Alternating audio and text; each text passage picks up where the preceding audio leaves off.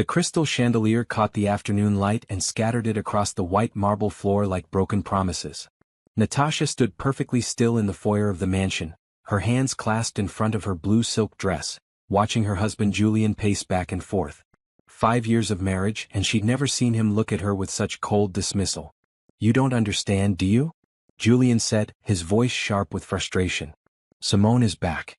She never should have left. We belong together." Natasha felt something inside her grow very quiet and very calm. She'd suspected this for weeks now, ever since she'd seen the text messages lighting up his phone at midnight.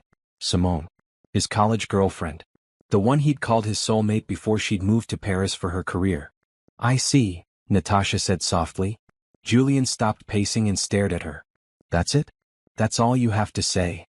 What would you like me to say?" He laughed, but there was no humor in it. "You could fight for us. You could try. But you won't, will you?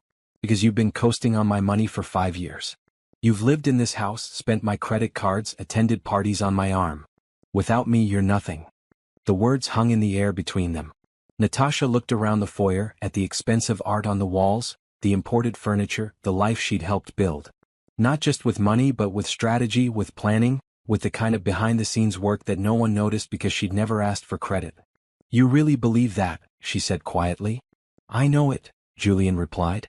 "You won't last a week on your own. You'll be back here, begging me to reconsider, and maybe by then I'll have changed my mind about Simone." Natasha reached into her purse and pulled out her key ring.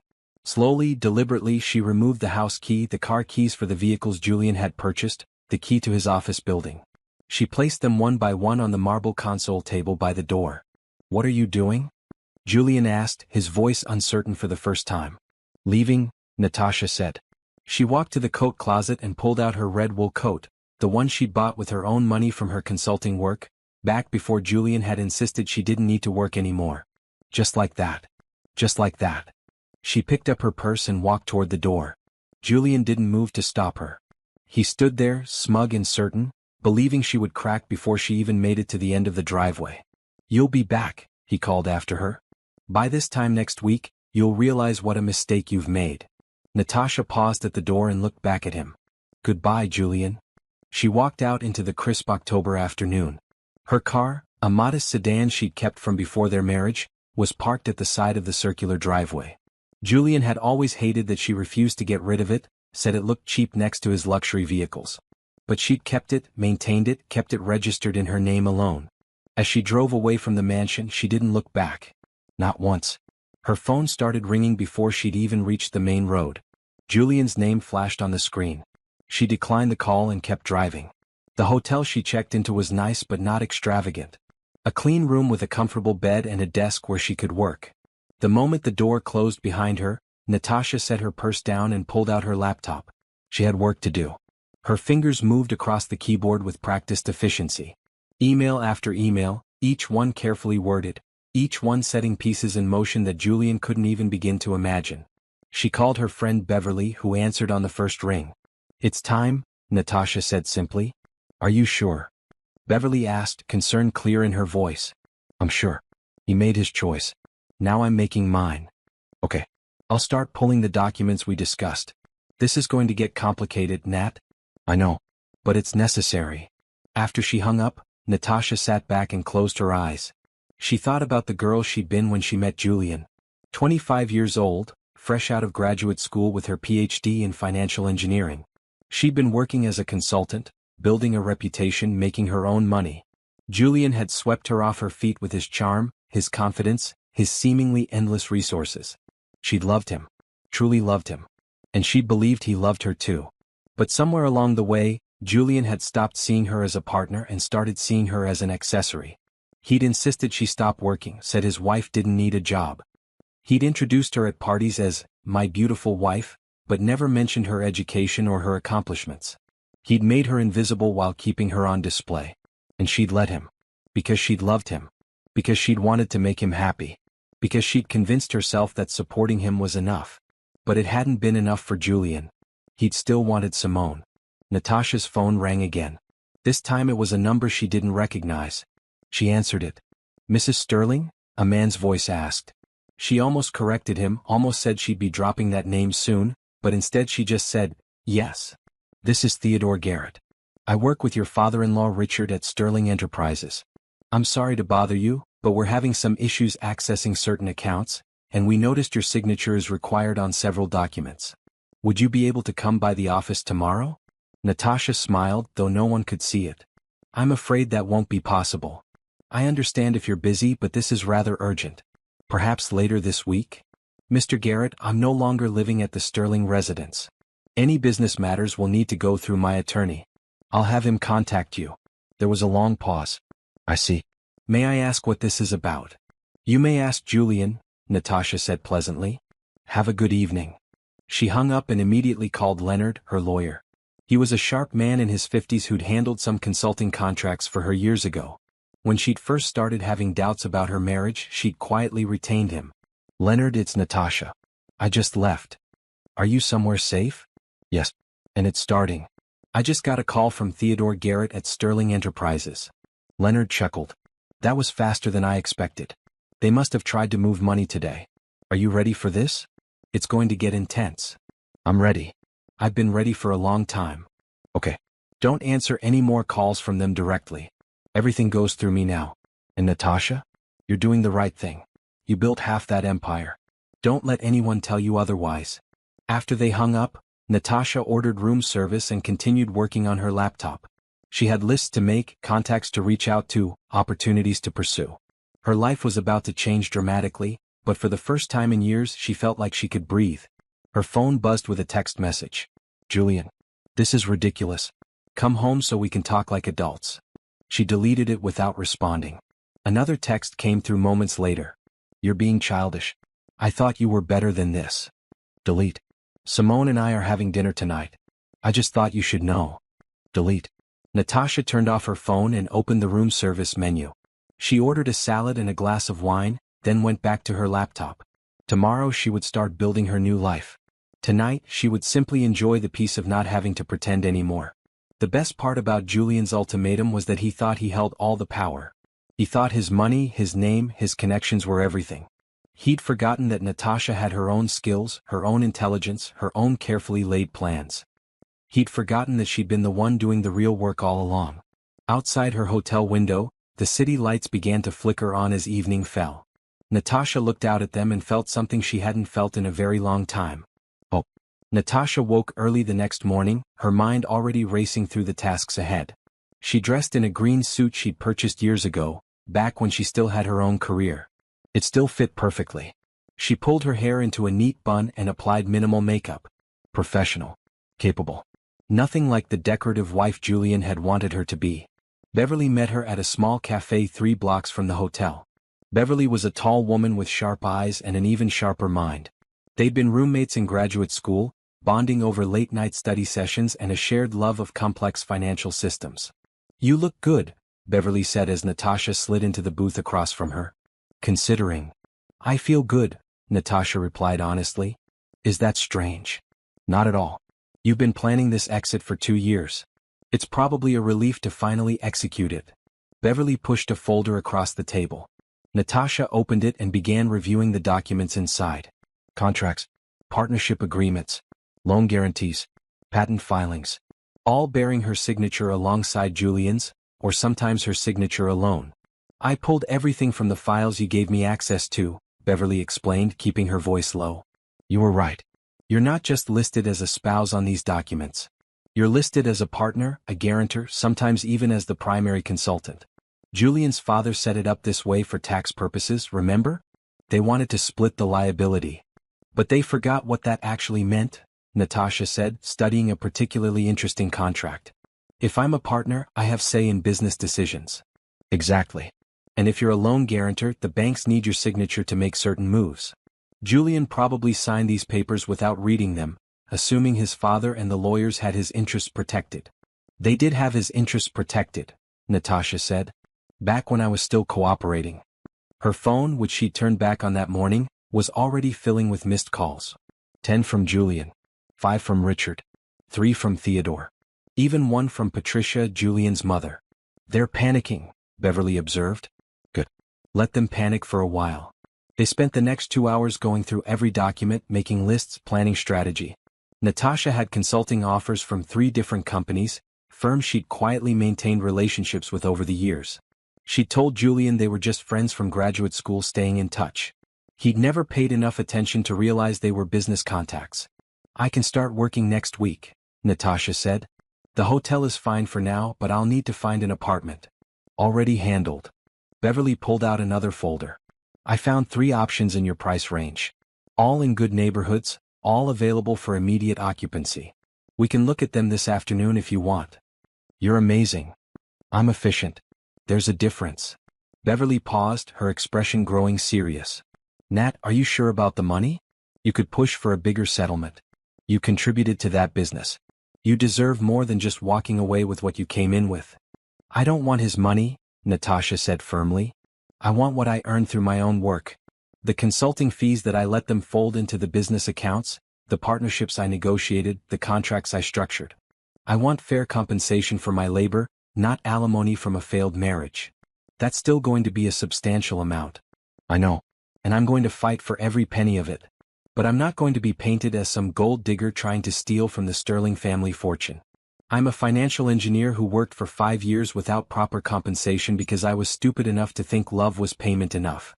Beverly reached across the table and squeezed Natasha's hand. "You weren't stupid. You were hopeful. There's a difference." After their meeting, Natasha spent the afternoon looking at apartments. The third one was perfect. A loft in a converted warehouse building, with exposed brick walls and huge windows that let in streams of natural light. The bedroom was separated from the main living area by a partial wall, creating a sense of space without sacrificing privacy. The kitchen was small but functional. There was even a small office nook where she could work. "I'll take it," she told the landlord, a friendly woman named Ruth. "Wonderful. I'll need first month, last month, and security deposit. When can you move in?" "Today if possible." Ruth raised her eyebrows but nodded. "I can have the keys ready in 2 hours. Cash or check?" "Check." Natasha pulled out her personal checkbook, the one tied to an account Julian had never known about. She'd been depositing small amounts into it for years, money from freelance consulting work she'd done on the side. It wasn't much, but it was enough to get started. While Ruth processed the paperwork, Natasha walked back through the loft, imagining how she'd furnish it. Simple. Modern. Nothing like the ornate, expensive furniture Julian had insisted on. This would be her space, reflecting her taste, filled with things she chose. Her phone rang again. Richard this time. She declined the call and texted Leonard instead. "They're getting aggressive. How long should I wait?" His response came quickly. "Let them sweat until tomorrow. Then we'll set up a meeting. Make them come to you." That evening, Natasha bought a few basic necessities, including an air mattress and some bedding. She spent her first night in her new loft lying on the temporary bed, staring up at the exposed beams of the ceiling, feeling more at peace than she had in years. Meanwhile, across the city, Julian was having a very different evening. He tried calling Natasha 17 times. All of his calls went to voicemail. His text messages were delivered but not read. It was like she'd simply vanished from his life, and the completeness of her disappearance unsettled him more than he wanted to admit. Simone had come over for dinner as planned, but the evening had been awkward. She kept asking questions about his work, about his family's wealth, about the future. Questions that Julian suddenly realized had nothing to do with him and everything to do with his bank account. "Your father called me today," Simone said over dessert. He seemed upset. "Is everything okay with the business?" "It's fine," Julian said shortly. "Just some administrative issues." "He mentioned something about your wife. Ex-wife, I mean. Or soon-to-be ex-wife." Simone laughed, but it sounded forced. "Is she causing problems?" "Natasha isn't causing problems. She's just being difficult about signing some paperwork." "What kind of paperwork?" Julian didn't want to explain that he didn't actually know. His father had called him in a rage earlier, demanding to know where Natasha was and why she wasn't answering her phone. Something about frozen accounts and delayed contracts. Julian had assumed it was just his father being dramatic. "Business stuff," he said vaguely. "Nothing important." But later that night, after Simone had left, Julian stood in his bedroom, in the mansion that suddenly felt too large and too empty, and felt the first stirrings of real concern. Natasha had always been so agreeable, so accommodating. She'd supported every decision he made, had been there for every family dinner, had smiled through every boring business function. He'd assumed that was just who she was. Passive. Dependent. grateful for the life he'd given her. But the woman who had calmly placed her keys on the counter and walked out without a single tear or argument, that wasn't the Natasha he thought he knew. Julian picked up his phone and tried calling her again. Voicemail. Natasha, this is getting ridiculous. Whatever you're trying to prove, you've made your point. Call me back so we can sort this out like adults. He hung up and paced his bedroom. Tomorrow, he decided.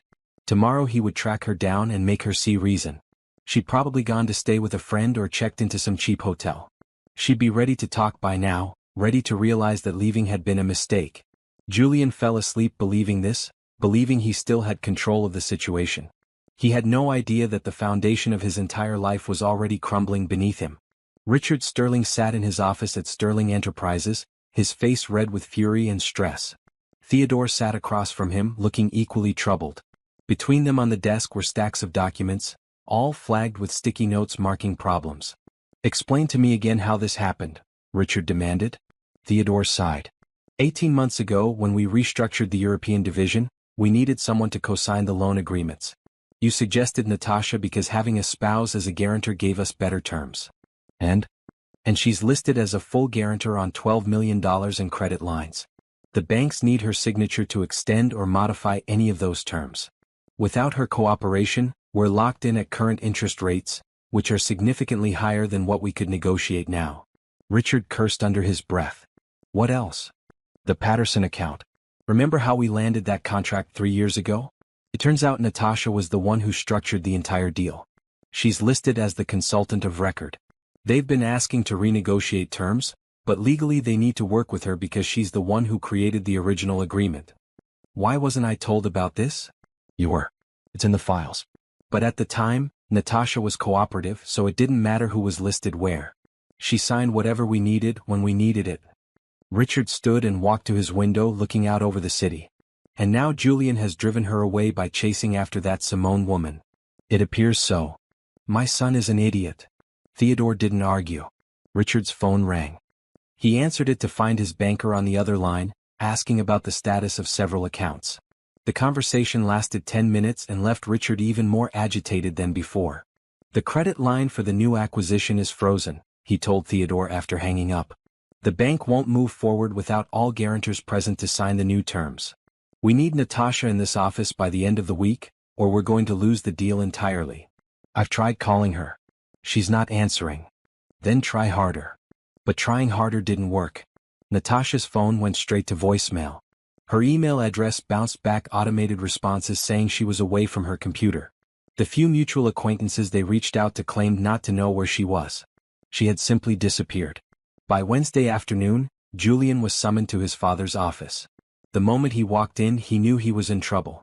Sit down, Richard said, his voice cold. Julian sat, suddenly feeling like a child being called to the principal's office. Do you have any idea what you've done? Richard asked.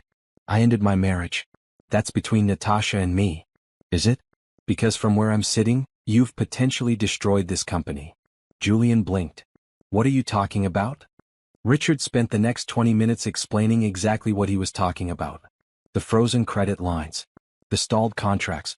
The partnership agreements that required Natasha's input. The consulting fees that had been redirected into company accounts, creating tax complications that now needed her signature to resolve.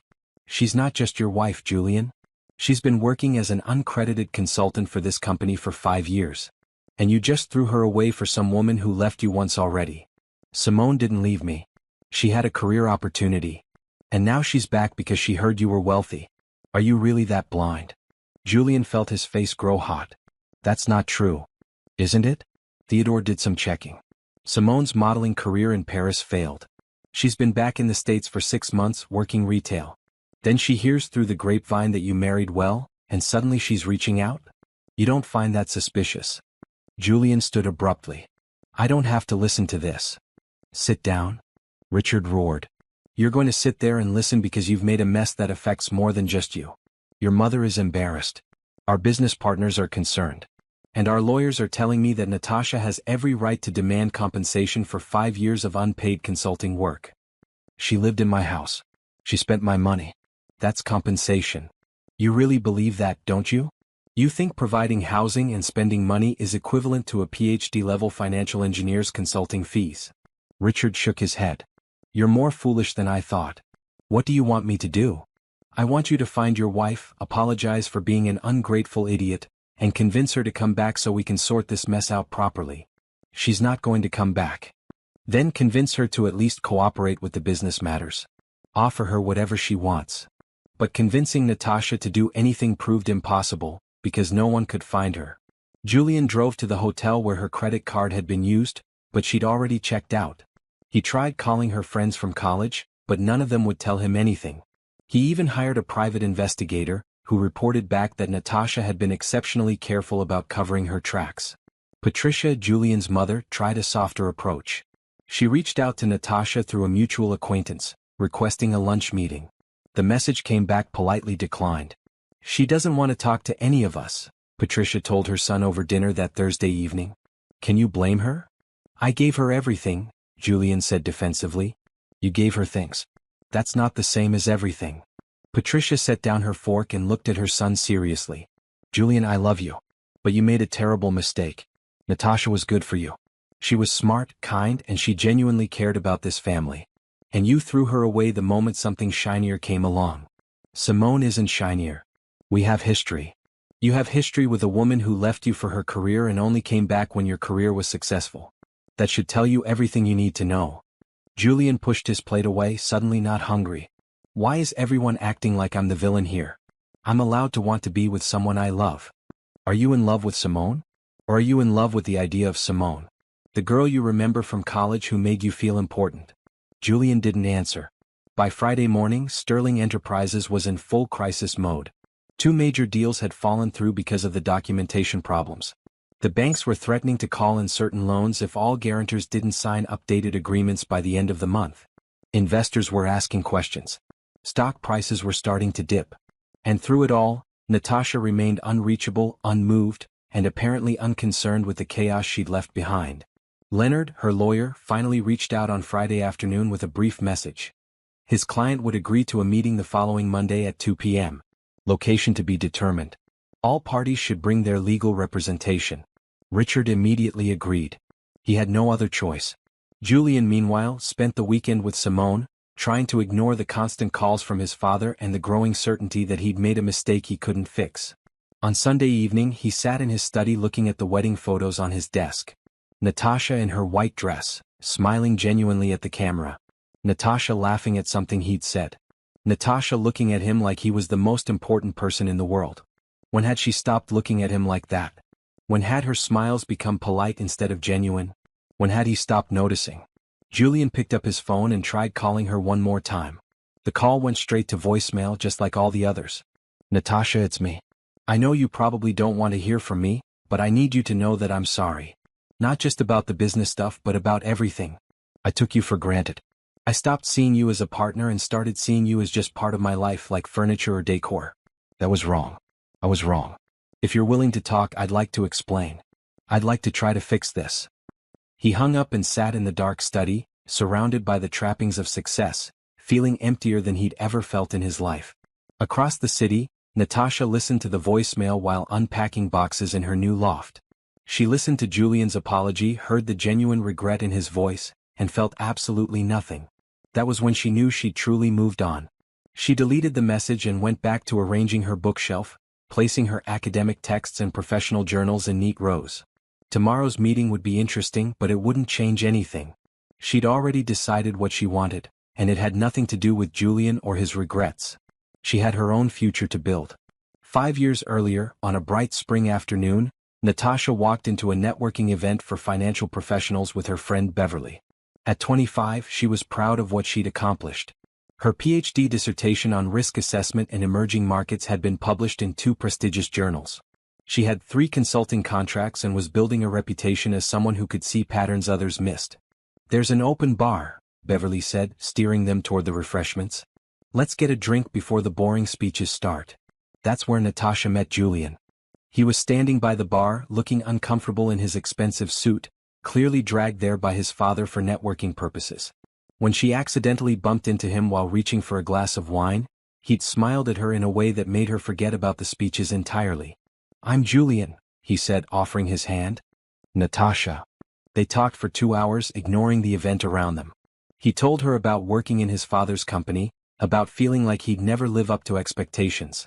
She told him about her research, about her dreams of revolutionizing how companies assessed international investments. He listened like her words were the most fascinating thing he'd ever heard. 3 months later they were engaged. 6 months after that they were married. In those early days, Natasha had been so happy. Julian seemed proud of her work. He introduced her to his business associates as "my brilliant wife." He asked her opinion on deals his company was considering. He made her feel valued. The shift happened gradually, so slowly she didn't notice until it was already complete. First, he suggested she work from home instead of maintaining her office downtown. "We barely see each other," he said. "Wouldn't it be nice to have more time together?" Then he started interrupting her work calls. "Can't that wait? I thought we could have lunch." Always small things, always reasonable requests, always chipping away at her professional boundaries. His mother Patricia started making comments at family dinners. "It's so nice that you're willing to work, dear, but don't you want to think about children? A career is fine, but family is what really matters." Richard, Julian's father, was more direct. "Natasha, we're restructuring the European division. Your expertise would be invaluable. Could you take a look at these contracts?" She'd said yes because she loved Julian and wanted to help his family. That first consultation led to another, then another. Soon she was spending 20 hours a week on Sterling Enterprises business, but none of it was officially recognized. Richard would thank her privately, sometimes send flowers. But there were no consulting contracts, no fees, no credit for her work. "Why would we need a formal contract?" Julian had said when she brought it up. "Your family. We help each other out." And because she loved him, because she wanted to be a good wife, because she'd been raised to believe that marriage meant partnership and sacrifice, Natasha had agreed. She let her independent consulting contracts lapse. She closed her downtown office. She stopped publishing papers.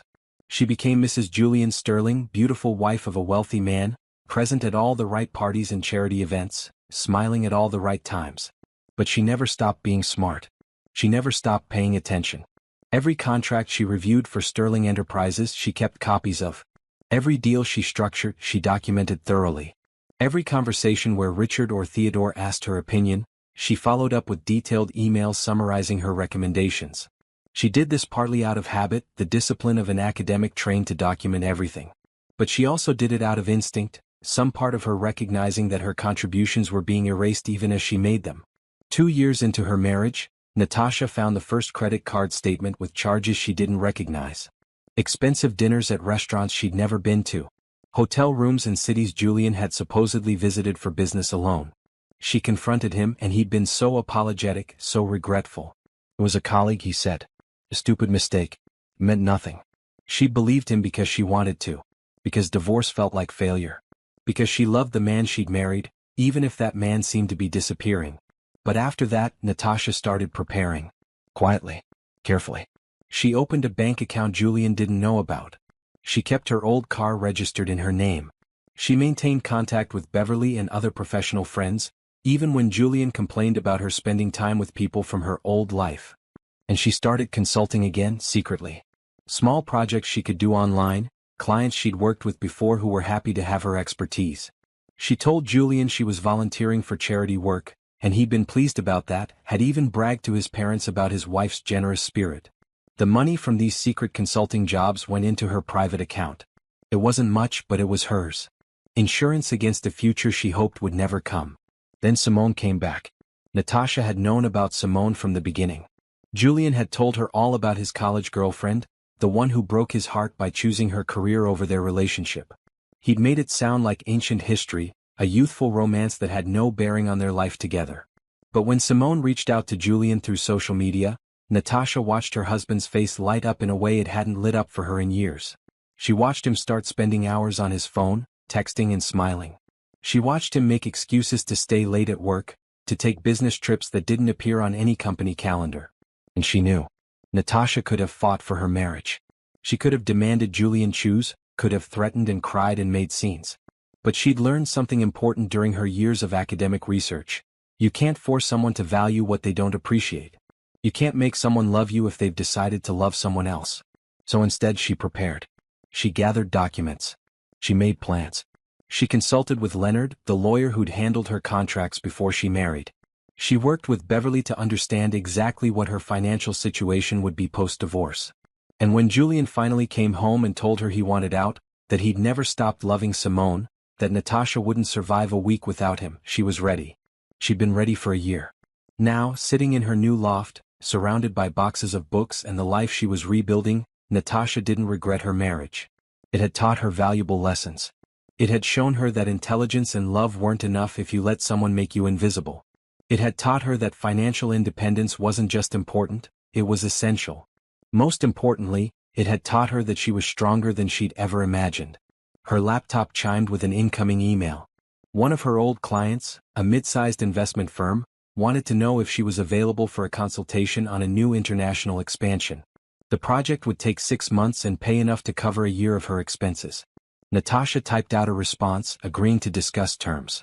Then she went back to unpacking, organizing her new life with the same careful attention she'd once given to saving her marriage.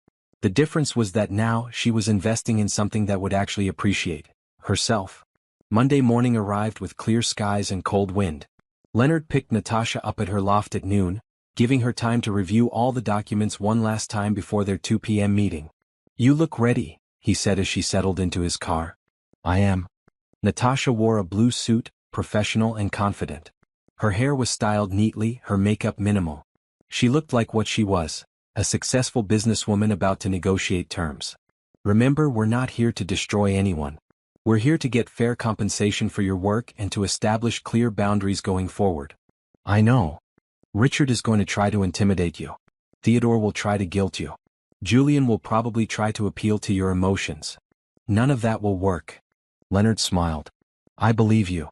The meeting was held at a neutral location, a conference room in a downtown office building that Leonard had rented for the afternoon. Natasha arrived first, taking a seat at the head of the table. She arranged her documents in neat stacks, her laptop open in front of her. When Richard walked in with Theodore and their lawyer, a severe man named Mitchell, she didn't stand. She simply nodded in greeting. "Natasha," Richard said, his voice carefully neutral. "Thank you for agreeing to meet." "Mr. Sterling." Julian arrived last, looking tired and uncertain. He tried to catch Natasha's eye, but she focused on her laptop screen, reviewing notes. Once everyone was seated, Leonard began.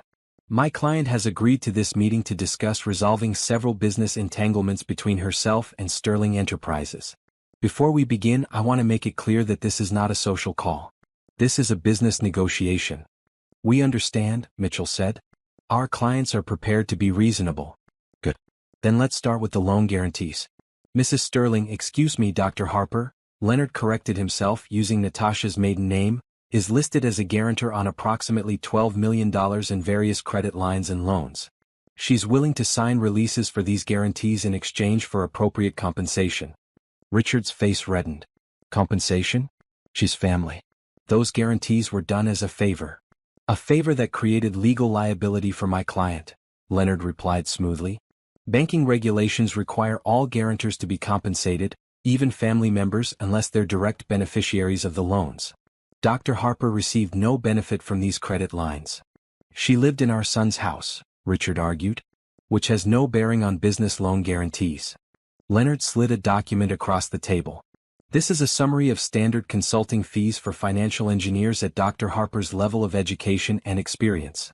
As you can see, 5 years of the kind of work she performed for Sterling Enterprises would typically be compensated at roughly $800,000, plus benefits." The room went silent. Julian spoke for the first time. "That's ridiculous. Natasha never asked for payment. Because she believed she was contributing to a family business as a spouse," Leonard said. "However, now that the marriage is ending, those contributions need to be properly valued and compensated." Theodore leaned forward. "Even if we agreed to some compensation, which I'm not saying we do, that number is vastly inflated." Natasha spoke for the first time, her voice calm and clear. "Is it? Let's review. The Patterson account, which generates $2 million annually in revenue. I structured that entire deal. The European division restructuring saved Sterling Enterprises approximately $5 million in the first year alone. I designed that. The risk assessment protocols you now use company-wide, preventing 3 potentially disastrous investments in the past 2 years. Those were based on my doctoral research." She pulled out a document and slid it across the table. This is a conservative estimate of the value I added to Sterling Enterprises over 5 years.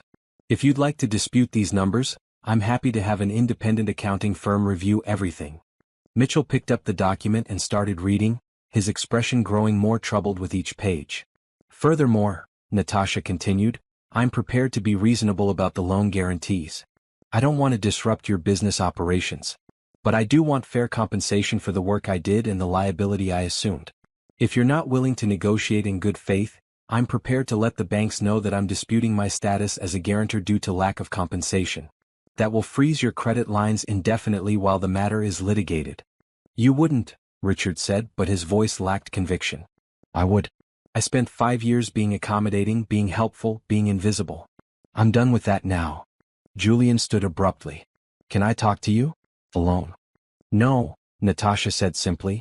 Please. Just 5 minutes. Anything you need to say to my client can be said in front of legal counsel, Leonard interrupted. Julian looked at Natasha with something like desperation. This isn't about the money, is it? You're doing this to punish me.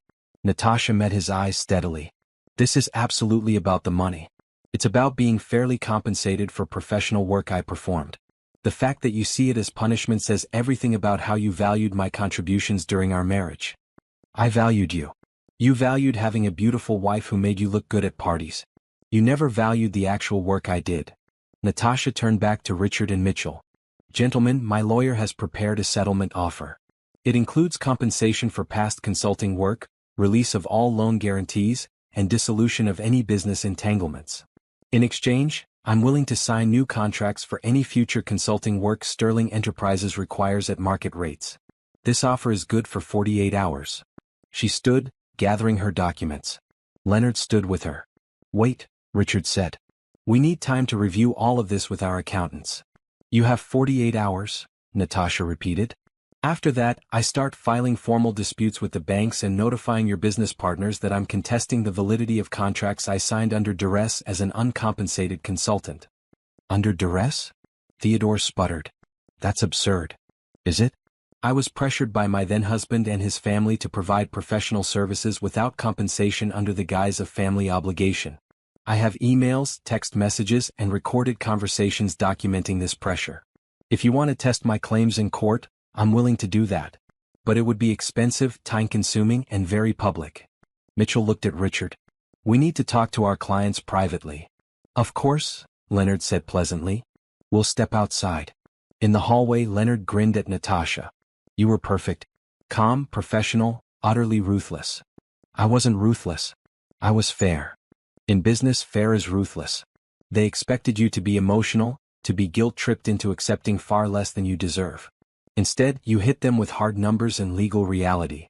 Natasha's hands were shaking slightly, the adrenaline of confrontation finally hitting her. Do you think they'll accept the offer? They'd be fools not to. But even if they don't, you've established your position. They know now that you're serious, that you're not going to be pushed around. 20 minutes later, Mitchell emerged and called them back inside. Richard looked like he'd aged 10 years. Julian was staring at the table. Theodore was writing notes furiously. We need more than 48 hours, Mitchell said. This is complex. 72 hours, Leonard counteroffered. But that's final. Agreed. We'll have a response by Thursday afternoon. As the meeting broke up, Julian tried once more to approach Natasha. She held up a hand, stopping him. Don't, she said quietly. Whatever you want to say, whatever apologies you think you owe me, I don't want to hear them right now. Maybe later, after all of this is settled. But not now. I never meant for things to end like this. You ended them the day you told me I was nothing without you. You just didn't realize what you were ending. She walked out of the conference room, out of the building, into the cold afternoon air. Leonard walked beside her, a protective presence. How do you feel? He asked. Natasha took a deep breath. Free. Scared. Relieved. Angry. All of it at once. That's normal. You just confronted the people who took advantage of you for years. Of course you're feeling everything. In his car, driving back to her loft, Natasha watched the city pass by outside her window. Somewhere in that tangle of buildings and streets, her old life was continuing without her. Julian was probably with Simone, trying to explain why his soon-to-be ex-wife was causing so much trouble. Richard was probably calculating how much Natasha's demands would cost. Patricia was probably planning how to save face at the next charity event. And Natasha found that she didn't care about any of it. Her phone buzzed with a text from Beverly. "How did it go?" "Tell you over dinner," Natasha replied. 7 p.m.? "I'll bring wine." That evening, sitting in her new loft with Beverly eating takeout and drinking wine, Natasha finally allowed herself to feel the full weight of what she'd done. "I stood up to them," she said, still slightly amazed by it. "I actually did it." "You were always going to do it," Beverly said. "You just needed to be ready." "I was scared they'd talk me out of it. That Richard would make me feel guilty, or Julian would say something that would make me remember why I loved him. But they didn't. No. Because I don't love who Julian became. I love who I thought he was, who he was when we first met. That person doesn't exist anymore. Maybe he never did." Beverly raised her glass. "To new beginnings. To standing up for yourself. To getting what you deserve." They clinked glasses and Natasha felt something settle inside her. A sense of rightness, of being on the correct path even if she didn't know exactly where it led. Her phone rang. Julian's name appeared on the screen. She declined the call and went back to her dinner, her wine, her friend, and her future. The past could wait 72 hours for her response. Right now she was busy living. Wednesday morning, Natasha met with her first official client since leaving Julian. The meeting was at a coffee shop near her loft, casual but professional. Marcus, no, she needed different names. Dominic, no, that was for later. Carter Jennings ran a mid-sized investment firm that specialized in international markets. "Dr. Harper, thank you for meeting with me," Carter said, shaking her hand. He was in his early 40s, professional but not stuffy. "I've been following your work since your dissertation was published. When I heard through the grapevine that you might be available for consulting, I knew I had to reach out." "I appreciate that," Natasha said. "What kind of project do you have in mind?" They spent 2 hours discussing his firm's planned expansion into Southeast Asian markets. Natasha found herself energized by the conversation, her mind engaging with complex problems in ways it hadn't in years. This was what she'd missed during her marriage. The intellectual challenge. The professional respect. Being valued for her expertise instead of just her appearance. "I'd like to offer you a 6-month contract," Carter said as their meeting wound down. "We can discuss terms, but I want you to know that we're prepared to pay competitive rates for someone of your caliber." "I'd like that. Have your legal team send over a contract proposal, and my lawyer will review it." After Carter left, Natasha sat in the coffee shop, reviewing her notes from the meeting. Her phone rang. Her brother Antoine. "Hey sis, Beverly told me what happened. Why didn't you call me?" "I didn't want to worry you," Natasha said. "And I had it handled." "You always have it handled. That's the problem. You don't let people help you." Antoine was 3 years older than Natasha, an architect with his own firm in the city. They'd always been close, but during her marriage, Natasha had drifted away from family gatherings, always making excuses about Julian's schedule or sterling family obligations. "I'm sorry I haven't been around much," she said. "I'm just glad you finally left that guy. I never liked him." "You could have said something. Would you have listened?" Natasha laughed. "Probably not." "Exactly. So I waited. And now I'm saying it, I'm proud of you. Not many people have the guts to walk away from wealth and comfort because they deserve better." "I'm not brave. I'm just tired of being invisible." "That's the same thing." They made plans to have dinner on Friday. Antoine offered to help her furnish her new loft. "I know some people who can get you good deals on furniture. Nothing from my wealthy ex-brother-in-law's usual stores. Real pieces with character." "I'd like that." After hanging up, Natasha spent the rest of the day working on her laptop in the coffee shop. She reviewed contracts, responded to emails, and started drafting a proposal for another potential client. The work felt good. Purposeful. Like she was rebuilding not just her career but her sense of self. That evening she got a call from Leonard. "They've responded early," he said. "They're accepting most of our terms." Natasha's heart raced. Most? They're quibbling over some minor points, but the major elements are agreed to. The compensation amount, release of guarantees, dissolution of business ties. They want to spread the payment over 2 years instead of one lump sum, which actually works in your favor for tax purposes. What do they want in return? Confidentiality. They don't want you discussing the settlement publicly or with their business partners. Standard stuff. I can agree to that. I'm not interested in destroying them. I just want what's fair. Then we'll finalize everything by Friday. Natasha, you should be proud. You stood your ground and won. After the call ended, Natasha stood at her loft windows, looking out over the city lights. She'd won. The words didn't feel real yet. All those years of being undervalued, of having her work dismissed as just helping family, of being invisible. And now, with a few strategic moves and the courage to stand up for herself, she'd won. Her phone buzzed with a text from Julian. Can we please talk? Not about the business stuff. About us. She stared at the message for a long moment, then typed back, there is no us anymore. There's you, there's me, and there's lawyers handling the business. That's all. His response came quickly. I miss you. Natasha deleted the message without responding. She'd spent enough time worrying about Julian's feelings. It was time to focus on her own. Thursday, Natasha met with Antoine at a furniture warehouse he knew. The owner, a cheerful woman named Helen, showed them around. I want simple, Natasha explained. Modern but comfortable. Nothing that screams expensive. Just quality pieces that feel like home. They picked out a gray sofa, a dining table with matching chairs, a bed frame in dark wood. Helen offered to deliver everything that weekend. Your brother's been talking about you, Helen said while they finalized the order. Says you're some kind of financial genius. Natasha laughed. I'm a consultant. That's all. That's not all, Antoine corrected. You just negotiated a settlement that probably has some very wealthy people reconsidering their assumptions about trophy wives. I was never a trophy wife. I know that. You know that. But Julian treated you like one and his family allowed it. That's what matters. After leaving the warehouse, Antoine took Natasha to lunch at a small Ethiopian restaurant in his neighborhood. I've been thinking, he said over shared platters of food. You should start your own firm. Not just freelance consulting. An actual business. That's a big step. You have the expertise. You have the connections. And from what Beverly tells me, you're about to have the capital. Why work for other people when you could be building something of your own? Natasha considered it. Her own firm. Her name on the door. Complete autonomy over which projects to take, which clients to work with. It was appealing but also terrifying. I'll think about it, she said. That's all I'm asking. Just think about it. That evening, Leonard called with news that the settlement was finalized. Papers would be signed on Friday morning. The first payment would be in her account by Monday. How do you feel? He asked. Like I can breathe again. Good. That's what freedom feels like. Friday morning, Natasha dressed in her green suit again. Lucky green. She met Leonard at his office and they went through the final documents together. Everything was in order. Everything was fair. She signed her name on line after line, officially ending her entanglement with Sterling Enterprises. When it was done, Leonard shook her hand.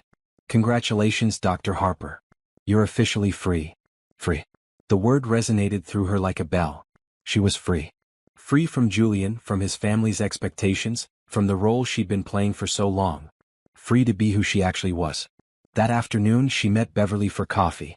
It's done, Natasha announced. Beverly hugged her tightly. I'm so proud of you. Do you know what you're going to do next? Carter's firm wants me for 6 months. That'll give me steady income while I figure out the rest. And Antoine thinks I should start my own company. He's right. You should. Maybe. I need to think about it. But even as she said it, Natasha felt the idea taking root. Her own firm. Independence not just from Julian but from working for anyone else. Building something that was entirely hers. That weekend, with Antoine's help, she furnished her loft. The gray sofa fit perfectly against the exposed brick wall. The dining table sat beneath one of the large windows, catching afternoon light. Her bed, dressed in simple white linens, felt like a fresh start. Sunday evening, she sat on her new sofa with a glass of wine, looking around at her space. It was modest compared to the mansion. The furniture was nice but not extravagant. The view was of other buildings, not manicured gardens. But it was hers. Every piece, every choice, every decision. Hers. Her phone buzzed with a message from a number she didn't recognize. Dr. Harper, this is Patricia Sterling. I know you probably don't want to hear from me, but I wanted you to know that I'm sorry for how things turned out. You were good for my son and he was a fool to let you go. I hope you find happiness in your new life. Natasha stared at the message for a long time, surprised by the gesture. She typed back a simple response. Thank you, Patricia. I appreciate that. She didn't expect them to be friends. But the acknowledgement mattered. Someone from that family recognized her value, even if it came too late to save the marriage. As the sun set outside her windows, Natasha made a decision. Tomorrow she would call Antoine and Beverly. They would meet and together they would start planning. Harper Consulting or maybe Harper Financial Solutions. Her company. Her rules. Her future. For the first time in 5 years, Natasha fell asleep with a smile on her face, excited about what tomorrow might bring. Julian sat in his home office, the space feeling cavernous and empty without Natasha's quiet presence in the house. Papers were scattered across his desk, emails he tried to answer but couldn't focus on, business proposals that no longer seemed important. Simone had been understanding at first. "She'll come around," she'd said. Ex-wives always do when they realize what they're giving up. But weeks had passed and Natasha hadn't come around. Instead, she dismantled his family's business operations with surgical precision, negotiated a settlement that cost more than Julian wanted to think about, and disappeared completely into her new life. His phone rang.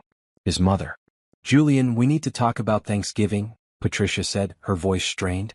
"Your father thinks we should still have the family gathering, but I'm not sure that's wise given everything that's happened." "It's fine, Mom.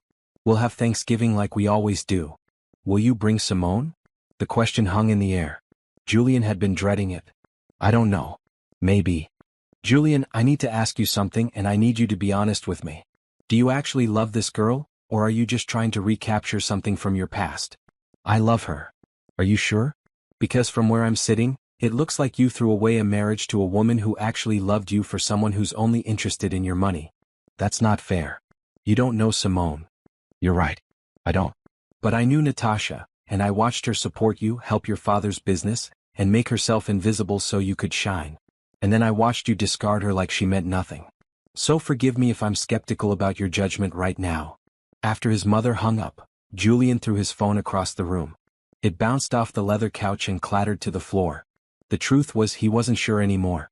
About Simone, about his choices, about anything. Simone had moved into the mansion 3 weeks ago. At first, it had felt exciting, like they were finally getting their chance at the relationship they dreamed about in college. But reality was different from memory. Simone complained about the neighborhood being too quiet. She wanted to go out constantly to expensive restaurants and trendy clubs. She talked about redecorating the house, getting rid of all of Natasha's choices and replacing them with her own taste. "It's creepy living in your ex-wife's space," she'd said one evening, looking around the living room with disdain. "We need to make it ours." But Julian found himself resistant to changing anything. Every time Simone suggested removing a piece of furniture or repainting a room, he made excuses. "Too expensive right now. Too much hassle. Maybe later." The truth was he didn't want to erase Natasha. And that realization troubled him more than he wanted to admit. At work things were barely better. His father still spoke to him, but their conversations were clipped and professional. Theodore avoided him unless absolutely necessary. The other employees seemed to know what had happened, and Julian could feel their judgment in their polite greetings and quick excuses to leave meetings early. He tried multiple times to reach Natasha. Calls, texts, even an email. All went unanswered. He'd driven past the hotel where she'd stayed, but she was long gone. He'd asked mutual acquaintances, but no one would tell him where she was. Beverly, who'd always been friendly at social events, had run into him at a coffee shop and looked right through him like he was invisible. "Beverly, please. I just need to know if she's okay," Julian had said. Beverly had stared at him coldly. "She's better than okay. She's thriving. And she's doing it without you, which I'm sure must be killing you since you told her she'd be nothing without your money and your name." Then she'd walked away, leaving Julian standing alone in line, feeling like everyone was staring at him. One evening in early November, Simone dropped her mask slightly. "Julian, we need to talk about money," she said over dinner. "What about it?" "Well, the settlement with your ex must have been expensive. And I've noticed you've been saying no to things lately. Trips I want to take, renovations I want to do. Are we having financial problems?" "We're fine." "Are you sure? Because I gave up my apartment to move in here, and I need to know if this is stable or if I should have kept my lease." Julian set down his fork. "What are you saying?" "I'm saying I need security. I came back because I thought we'd have a life together. A good life. But if you're having money troubles, I need to know. And if I was having money troubles? Would you leave?" Simone hesitated just long enough to give Julian his answer. "Of course not," she said quickly. "I love you.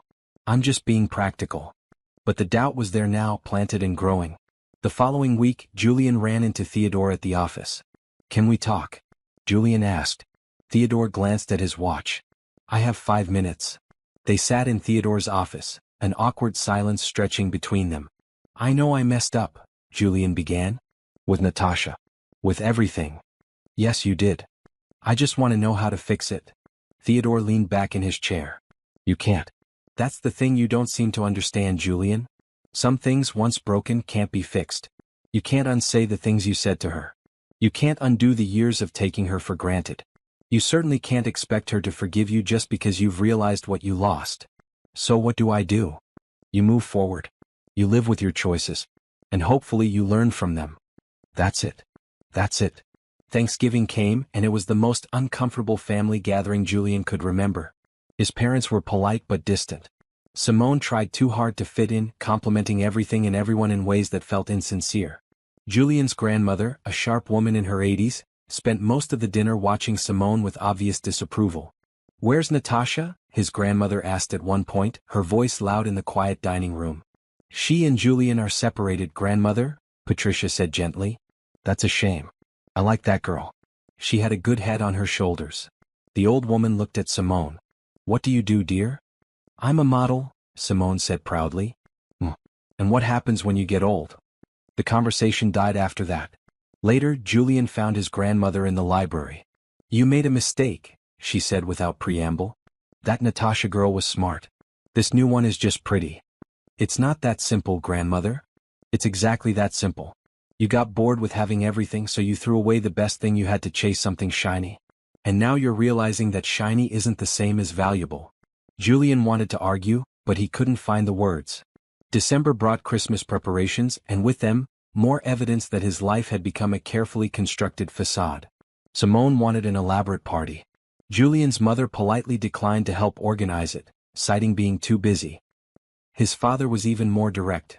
"I'm not hosting a party to celebrate you dumping your wife." The party they ended up having was small and awkward. A few of Julian's college friends came, most of whom Simone had invited. They drank too much and talked about the old days in ways that made Julian feel ancient and foolish.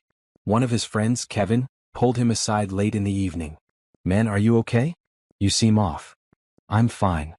"You're not fine. You've been miserable all night. Aunt Simone keeps looking at you like she's trying to figure out how much you're worth." "That's not true." Kevin shrugged. "Whatever you say. But your ex-wife never looked at you that way. She looked at you like you were important, not like you were an investment." After everyone left, Julian found Simone going through papers in his office. "What are you doing?" he asked, more sharply than he'd intended. She jumped, dropping the folder she'd been holding. "I was just looking for a pen." "In my filing cabinet? I didn't think it was a big deal. We're living together. What's yours is mine, right? We're not married, Simone." "Not yet." She smiled, but it didn't reach her eyes. "But we could be. That's where this is heading, isn't it?" Julian looked at the woman he'd thought he wanted, seeing her clearly for the first time. The calculation in her eyes. The way she'd positioned herself in his home, in his life. The constant talk about money and security. "I need to think," he said quietly. "Think about what?" "About everything." He left his office and walked through the mansion that suddenly felt like a museum. A showcase of someone else's life. Nothing felt real or right anymore. His phone buzzed with a notification. An article in a business magazine. Rising Stars in Financial Consulting. Dr. Natasha Harper's innovative approach to international market analysis. Julian clicked on it and read about Natasha's new consulting firm, about the clients she'd already signed, about her reputation as a brilliant strategist who could see patterns others missed. The article mentioned that she'd recently completed her PhD but had taken time away from consulting to focus on family.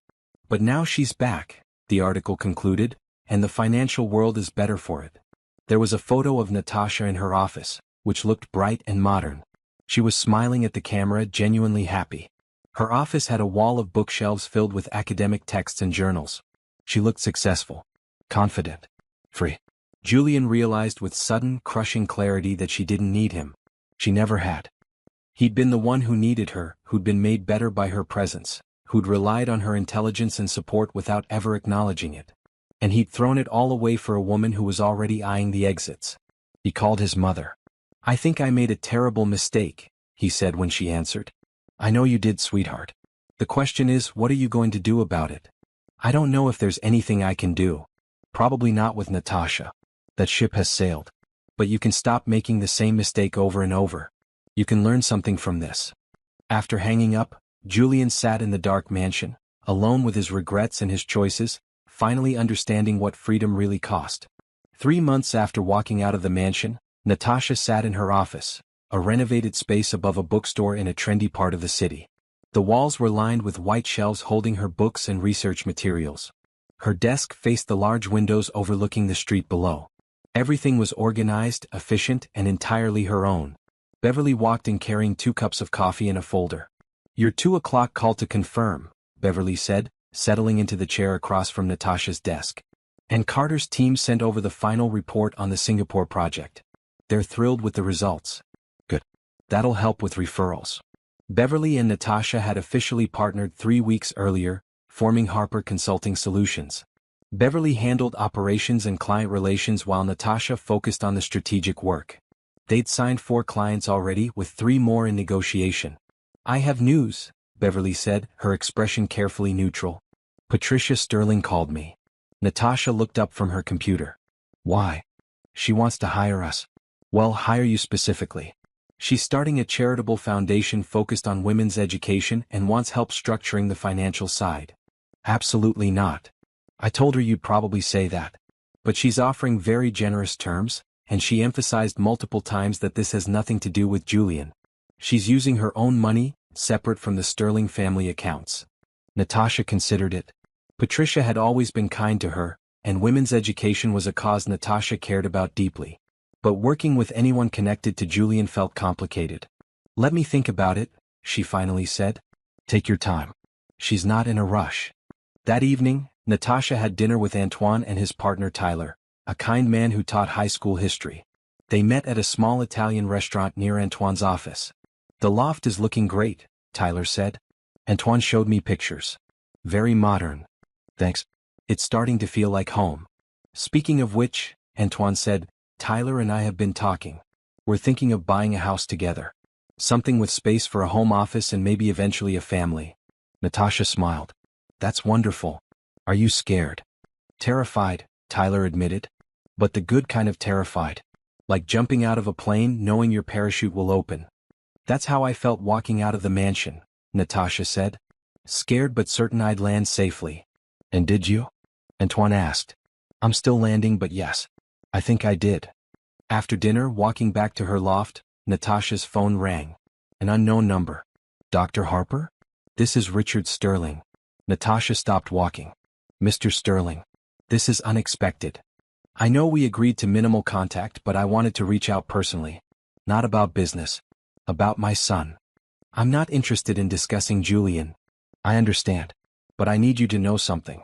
He's miserable. The woman he left you for has been bleeding him dry, and he's finally starting to realize what he lost. I don't expect you to care, but I wanted you to know that we all know you were the best thing that ever happened to this family." Natasha felt a complex mix of emotions. Satisfaction. Sadness. Mostly just tired resignation. "I appreciate you saying that, Mr. Sterling. But Julian made his choice. I'm not responsible for his happiness or his misery anymore." "I know. I just thought you should hear it from me. You were family to us and we failed you. I'm sorry for that." After hanging up, Natasha continued walking, processing the conversation. Part of her wanted to feel vindicated. "See, I was valuable. You all realize it now." But mostly she just felt relief that she was no longer part of that drama. Her phone buzzed with a text from a number she did recognize this time. Dominic Russell, a history professor at the local university. They'd met at a lecture series 3 weeks ago and had been on 2 coffee dates since then. "Still on for tomorrow's museum visit?" "Absolutely," she texted back. "Looking forward to it." Dominic was different from Julian in every way that mattered. He was passionate about his work but not consumed by it. He asked Natasha about her research and actually listened to her answers. He'd never once mentioned her appearance before her intelligence. When she told him about her recent divorce, he'd simply nodded and said, "His loss, certainly." Their museum visit the next day turned into a 6-hour conversation spanning art, history, finance, and everything in between. They had lunch at the museum cafe, then coffee at a shop nearby, neither of them wanting the day to end. "I have to admit something," Dominic said as they finally parted ways. I googled you after we first met. Natasha laughed. And? And I'm intimidated as hell by your credentials. But also impressed. And definitely interested in continuing to get to know you. The feeling is mutual. They made plans for dinner the following week, something more formal than coffee or museum wandering. Natasha found herself looking forward to it in a way she hadn't looked forward to anything romantic in years. Meanwhile, across the city, Julian was having his own reckoning. He'd come home from work to find Simone packing. "What's going on?" he asked. "I can't do this anymore," she said, not meeting his eyes. "This isn't what I thought it would be." "I mean, you're broke, Julian. Or close enough to it that it makes no difference. That settlement with your ex wiped you out. Your father's cutting back your salary. This house is mortgaged to the ceiling. I didn't sign up for this. So you're leaving because I don't have enough money? I'm leaving because you lied to me.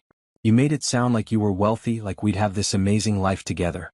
But the truth is, your ex-wife was the one holding everything together, and without her, you're just an average guy with an expensive house you can't afford." Julian felt numb. "I never lied to you. Maybe not directly. But you let me believe things that weren't true. And now I'm done wasting my time." She left that evening, taking the jewelry he'd bought her and leaving behind everything else. Julian sat in the empty mansion, surrounded by expensive furniture that suddenly looked ridiculous and oversized, and finally understood what Natasha must have felt all those years. Invisible. Unvalued. Just a prop in someone else's story. The next morning he called his father. "I want to sell the house," he said. "Thank God," Richard replied.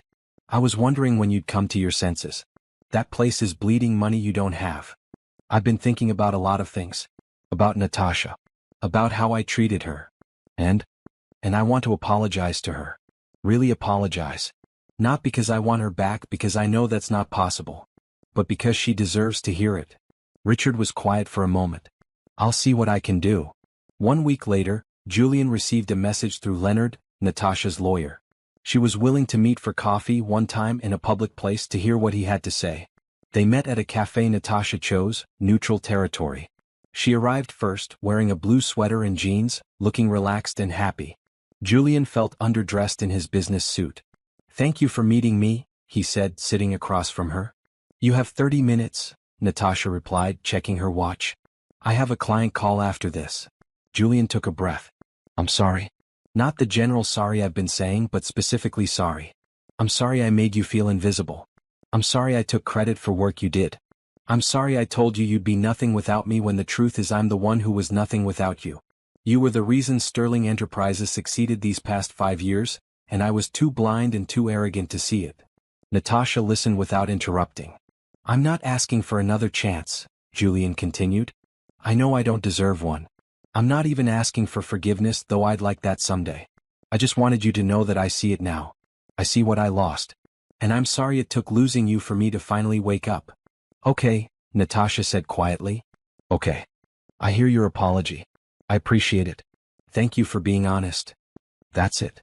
What else do you want me to say? That I forgive you? That I'm glad you finally figured it out? Julian, I spent 5 years of my life being your silent partner, your invisible support system. I'm not going to spend another minute helping you feel better about your choices." She wasn't angry. That was what struck Julian most. She wasn't angry or hurt or emotional. She was just done. "Are you happy?" he asked.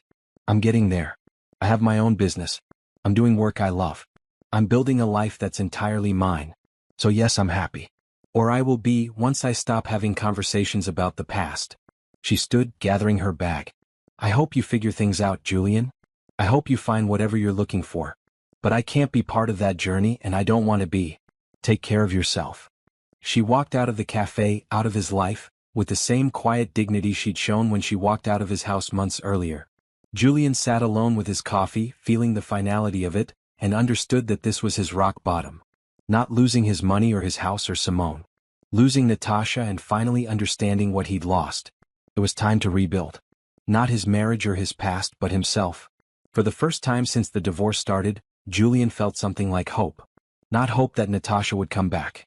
But hope that maybe, eventually, he could become someone worthy of the lesson she'd taught him.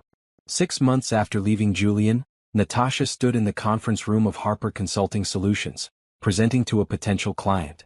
The room was sleek and professional, with a long table, comfortable chairs, and a wall of windows overlooking the city.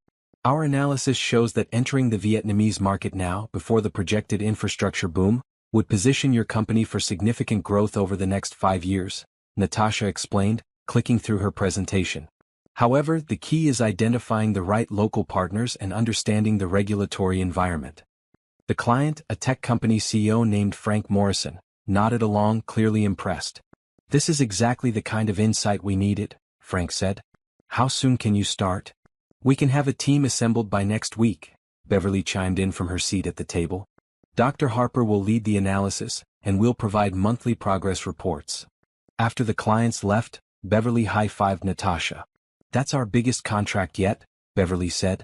We're officially a real consulting firm now. We've been a real firm for months. I know, but this feels different. This is the kind of client that leads to more clients. The kind that puts us on the map. Natasha smiled. She'd been building toward this moment systematically. Each successful project led to referrals. Each satisfied client brought more opportunities. Her reputation was growing, based entirely on her own merit and work. Her phone buzzed. Antoine, can you stop by the house tonight? Tyler and I want to show you something. Sure. What time?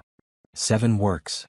That evening, Natasha drove to Antoine and Tyler's new house, a charming craftsman in a family-friendly neighborhood. They'd moved in 2 months earlier and had been slowly renovating. Close your eyes, Antoine said when she arrived. Really? Just do it. He led her through the house to what had been a spare bedroom. Okay, open. The room had been transformed into a home office. There was a desk by the window, built-in bookshelves along one wall, and comfortable seating in the corner. It's your office, Tyler explained. For when you need to work from here or just want a quiet place away from your own office. We wanted you to have space in our home. Natasha felt her eyes well up. You guys didn't have to do this. Your family, Antoine said simply. This is what family does. She hugged them both, overwhelmed by the gesture. Later, sitting in their living room with wine and takeout, Tyler asked, Are you seeing anyone? Antoine said there was a professor guy. Dominic. We've been dating for a few months now. And it's nice. Easy. He respects what I do. We have good conversations. He doesn't try to change me or make me smaller to make himself feel bigger. That's a low bar, Antoine observed. Maybe. But it's a bar my ex-husband couldn't clear, so I'm not taking it for granted. Fair point. When do we get to meet him? Soon. We're taking things slow, but it's heading somewhere good, I think. The following week, Natasha spoke at a conference on international market analysis. It was her first major speaking engagement since leaving Julian, and she was nervous about being back in the public eye. But as she stood at the podium, looking out at an audience of several hundred financial professionals, she felt a sense of rightness. This was where she belonged. Not behind her husband at dinner parties, not silently supporting someone else's career. Here in the spotlight, sharing her expertise. Her presentation was well received. Afterwards, multiple people approached her with business cards and consulting requests. One woman, a CFO named Diane, was particularly enthusiastic. I've been following your career since your dissertation was published, Diane said. I'm so glad to see you consulting again. We were all wondering where you'd gone. I took some time away, Natasha said diplomatically. Well, we're glad you're back. The field needs more women like you. That evening, Dominic took Natasha to dinner to celebrate. You were amazing today, he said. I watched your presentation online. The way you explained those complex concepts so clearly, it was impressive. You watched online? Of course. I told you I'd be there in spirit even if I couldn't make it in person. They'd been dating for 4 months now, and Natasha was surprised by how comfortable it felt. Dominic was smart but not competitive. Successful but not obsessed with status. He asked about her work because he was genuinely interested, not because he was calculating how it affected him. I need to tell you something, Natasha said. About my ex-husband. Okay. He's wealthy. Or his family is. And when we divorced, it was complicated. There was a lot of money involved, a lot of drama. I just want you to know that going in. Dominic reached across the table and took her hand. I don't care about your ex or his money. I care about you. The woman who gets excited talking about currency markets. Who quotes economic theorists during pillow talk. Who is brilliant and driven and still learning to believe in herself again. That was quite a speech. I'm a professor. Speeches are my thing. He smiled. But I mean it, Natasha. I'm not here for your past or your ex-husband's money. I'm here for you. 2 months later, Harper Consulting Solutions moved into a larger office space. They'd outgrown the loft above the bookstore and needed room for the staff they were hiring. The new space had individual offices, a conference room, and a small kitchen area. Beverly hired a receptionist, a sharp young woman named Claire. Antoine designed custom furniture for the space. Tyler helped them set up an impressive library of business and economic texts. On their first day in the new office, Natasha stood by the windows, looking out at the city. "We did it," Beverly said, coming to stand beside her. "We actually built something real." "We did. Do you ever regret it? Walking away from all that sterling money?" Natasha thought about it honestly. "No, not once. That money came with strings attached. It came with being invisible. This." She gestured to the office around them. "This is ours. We built it ourselves. No one can take it away or tell us we didn't earn it." As fall turned to winter, Natasha's life settled into a comfortable rhythm. Work was challenging but rewarding. Her relationship with Dominic was progressing naturally. Her friendship with Beverly was stronger than ever. Antoine and Tyler had become her family in ways that Julian's family never truly had been. She still got the occasional message from Patricia Sterling, who she'd eventually agreed to work with on the educational foundation. They maintained a professional relationship, carefully separate from the Sterling family drama. One evening in December, almost a full year after leaving Julian, Natasha attended a charity gala. It was a fundraiser for women in STEM, a cause she'd agreed to support. She wore a red dress, simple and elegant, and went alone because Dominic was out of town at a conference. She was networking with other attendees when she saw Julian across the room. He looked different. Older maybe. Certainly more humble. He was standing alone, not holding court the way he used to. When their eyes met, he gave her a small nod of acknowledgement but didn't approach. Natasha turned back to her conversation, feeling nothing more than mild curiosity about what had become of him. Later, as she was leaving, she found Patricia by the coat check. "Natasha, it's good to see you," Patricia said warmly. "You too, Patricia. The foundation work is going well. Thanks to you. The structure you created is solid." Patricia paused. "Julian is here tonight. I saw him. He's different now. Humbler. Working hard to rebuild. He sold the mansion, moved into an apartment, got serious about his career instead of coasting on the family name. I'm glad he's figuring things out. He asks about you sometimes. Not in a creepy way. Just wanting to know you're okay." "I'm okay. Better than okay." Patricia smiled. "I can see that. You're glowing. Is it the work or is there someone?" "Both maybe. I'm just happy. Finally." "You deserve that happiness." As Natasha walked out into the winter night, wrapped in her coat against the cold, she felt a deep sense of peace. Julian was rebuilding his life. Good for him. She genuinely hoped he found whatever he was looking for. But his journey was no longer connected to hers. She had her own path now, her own success, her own joy. She'd built an empire not of money or status, but of self-respect and independence. And that was worth more than any mansion or family name could ever be. 2 years after walking out of the mansion with nothing but her car keys and her dignity, Natasha stood in the penthouse office of Harper Consulting Solutions. The company had grown beyond her wildest expectations. They now employed 15 people, had offices in 2 cities, and had just been featured in Forbes as one of the top emerging consulting firms in the nation. Beverly walked in carrying champagne in 2 glasses. "To us," Beverly said, pouring. 2 years of kicking ass and taking names." "To us," Natasha echoed, clinking glasses. "You know what I'm most proud of?" Beverly asked. "We didn't just build a company. We built something that matters. Half our clients are women-owned businesses or companies focused on social impact. We're not just making money. We're making a difference. That's because you insisted we have values beyond profit. And you made sure those values were economically sustainable. We're a good team." They were. The partnership worked because they respected each other's strengths and covered each other's weaknesses. Beverly handled the people side of the business while Natasha focused on strategy and analysis. Neither tried to control or diminish the other. That evening, Natasha had dinner with Dominic at their favorite Italian restaurant. They'd been together for over a year now, and the relationship had evolved from exciting and new to comfortable and solid. "I have something to tell you," Dominic said over dessert. "That sounds ominous." "Not ominous. Just big. I've been offered a position at Stanford. Visiting professor for 2 years with possibility of becoming permanent." Natasha set down her fork. "California. California. I know it's across the country.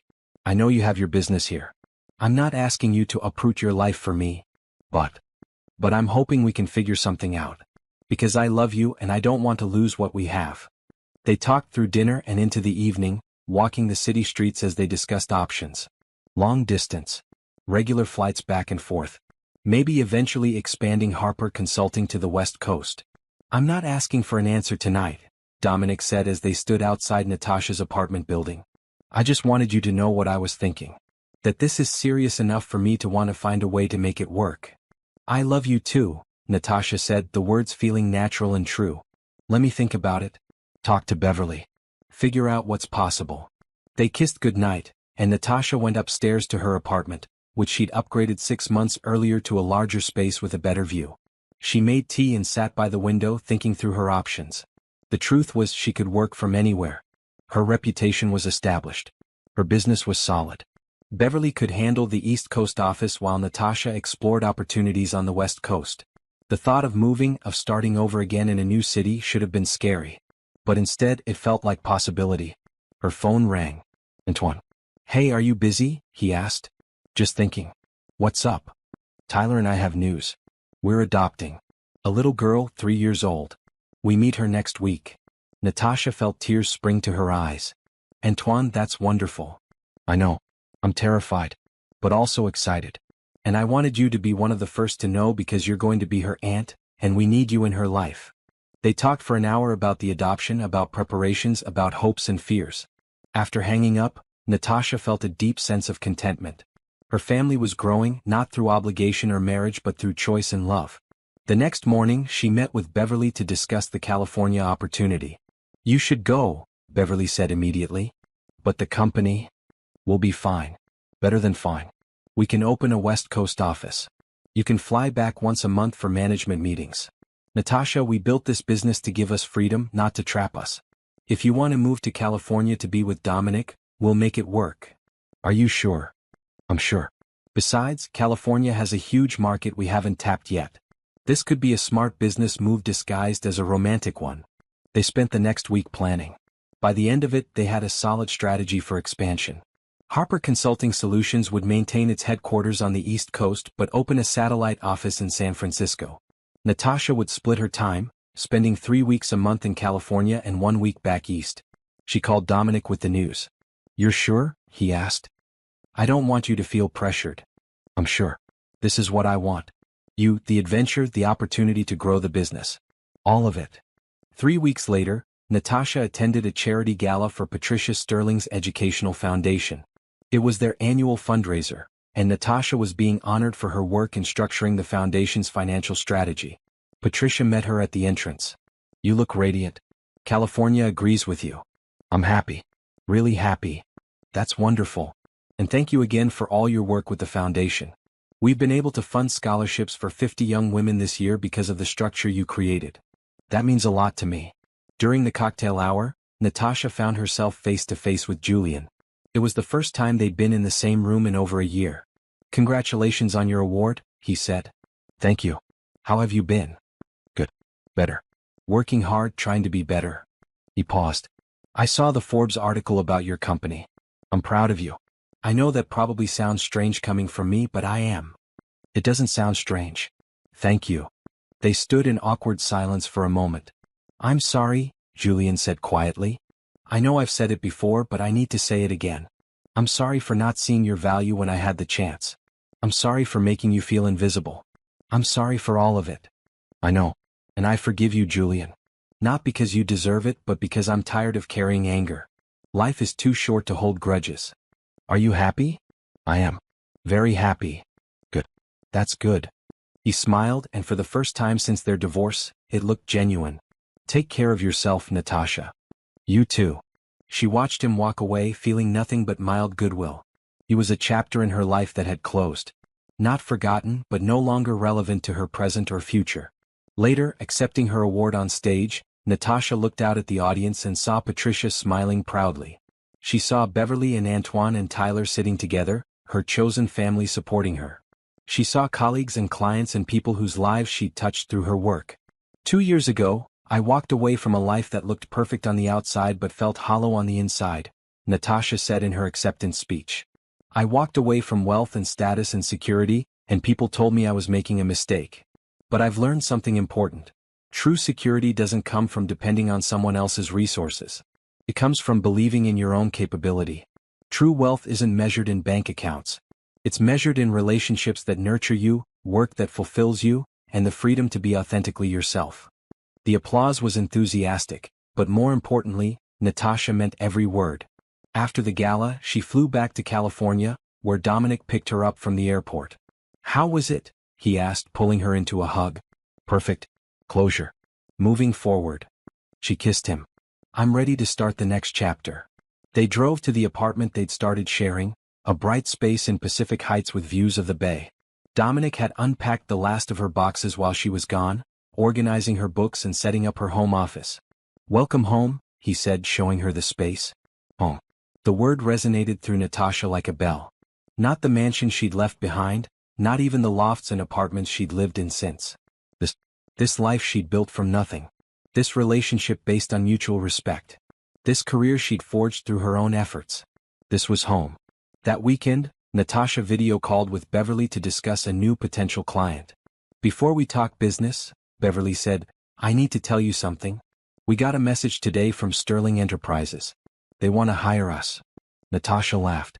"That's ironic. Right? What do you want to do?" "Take the meeting. Treat them like any other potential client. If the project makes sense for us, we'll take it. If not, we'll pass. I'm not letting my past dictate our business decisions." "You've come a long way, friend." "We both have." 3 months later, Natasha stood on a beach in Northern California, the wind whipping her hair around her face. Dominic was beside her, his arm around her shoulders. They were watching the sunset, orange and gold spreading across the sky. "I've been thinking," Dominic said, "about the future. About us." Yeah. "And I know we've both been hurt before. I know we're both cautious about making promises. But I'm ready if you are. Not rushing into anything but heading somewhere intentional." Natasha leaned into him, watching the sun sink toward the horizon. She thought about the journey that had brought her here. The pain of betrayal. The courage to walk away. The hard work of rebuilding. The joy of rediscovering herself. "I'm ready," she said. "Whatever comes next, I'm ready." Because that was the gift Julian had inadvertently given her. By telling her she'd be nothing without him, by forcing her to prove him wrong, he'd helped her discover who she really was. She was Dr. Natasha Harper. Financial engineer. Business owner. Partner, friend, sister, soon-to-be aunt. Strong, capable, independent, and free. And she'd built that life entirely on her own terms. The sun disappeared below the horizon, and Natasha smiled, ready for whatever tomorrow would bring.